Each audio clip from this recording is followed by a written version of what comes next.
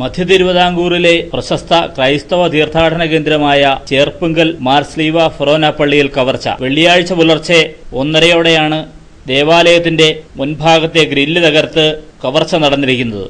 പ്രധാന ദേവാലയത്തിന്റെ മുൻഭാഗത്തെ ഗ്രില്ല് തകർത്ത് അകത്ത് കയറിയ മോഷ്ടാക്കൾ ഉണ്ണീശോയുടെ തിരുസ്വരൂപത്തിൽ കിടന്നിരുന്ന 3 പവന്റെ സ്വർണമാല, 3 സ്വർണമോതിരങ്ങൾ, ഒരു വടി എന്നിവയാണ് കവർച്ച നടത്തിയിരിക്കുന്നത്.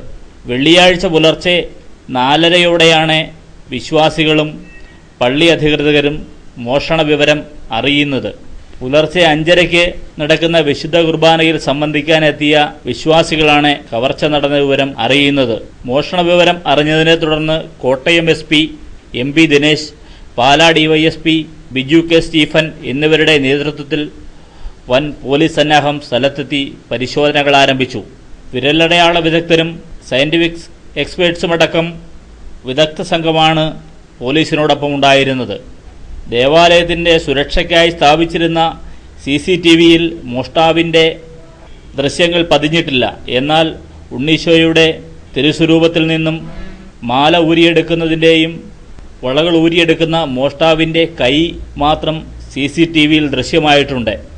മോഷ്ടാക്കൾ പള്ളിയിലേക്ക് പ്രവേശിക്കുന്നതിന്റെയോ താഴ് തകർക്കുന്നതിന്റെയോ ദൃശ്യങ്ങളൊന്നും CCTVയിൽ ലഭ്യമായിട്ടില്ല.